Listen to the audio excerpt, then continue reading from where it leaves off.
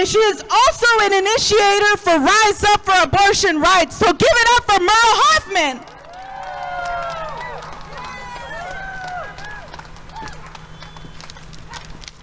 What passion. Wonderful, wonderful. And you have called out one of the most dangerous enemies to women's freedom and women's rights, which is the fact that the enemy has outposts in our heads. Outposts in our heads. Guilt, shame, I'm not a good girl. 33 years ago, I stood here with the New York Pro-Choice Coalition and raised this hanger, this same hanger. And this is a symbol of only one of the things that women used when they didn't have access to legal and safe abortions, you see? And so many women died. I wrote about Becky Bell, who was behind me, one of the young girls. Now, why did I come here in 1989? The 80s were a terrible time. Clinics were bombed, invaded, harassed. Randall Terry led what was called Operation Rescue. This was a group of activists, anti-abortion activists. I called them terrorists. They would go into clinics, doctors' waiting rooms, priests and activists, and they would have concrete collars around their neck, concrete, and they would put chains there, and they would chain themselves to the floor.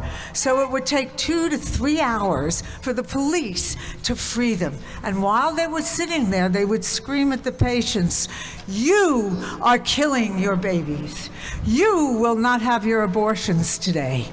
Now, Cardinal O'Connor, who was seated at St. Patrick's Cathedral, invited Randall Terry to meet with him. And he supported him, and supported him publicly. And I was very, very angry.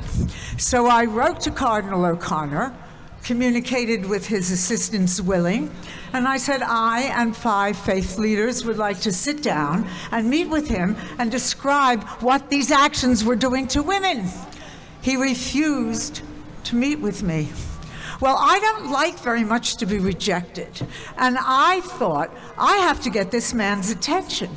So I, and some of the people that were actually with me on that day, and I'd like you to raise your hands, who the people were here in 1989, please, and let's give them a round of applause. Because they're still fighting and they're still here, and it's 33 years later, and we came here to get his attention. And this was the first pro-choice civil disobedience where 9 people were arrested. 9 people were arrested. Well, I'm here today to get your attention. I want to get the attention of every woman and girl and every person of conscience in this country, because women's rights are in a far more critical state of emergency now, a far more critical state of emergency. I started one of the first abortion clinics, legal abortion clinics, in New York in 1971. This was 1971. A pioneer, and 51 years ago now, right? And abortion was legalized in New York 3 years before the Supreme Court. So this was in 1971. And I remember my first patient. Her name was Helen, and she came from New Jersey, because abortion was still illegal in New Jersey. So in 1971, I saw a patient from New Jersey. Now in 2002, I'm seeing patients for Texas. What's wrong with this picture? Okay, so this is the first patient. We're in an entirely new world, legal abortion, and I talked to her, and I stayed with her, and I held her hand during her procedure. And that for me was an epiphany, because it was the most powerful and vulnerable moment for her. And that was the catalyst. That was the catalyst that led me to commit my life to this struggle. That power, and abortion is about power and survival, and that's why it's so radically and strongly fought, okay, legal abortion.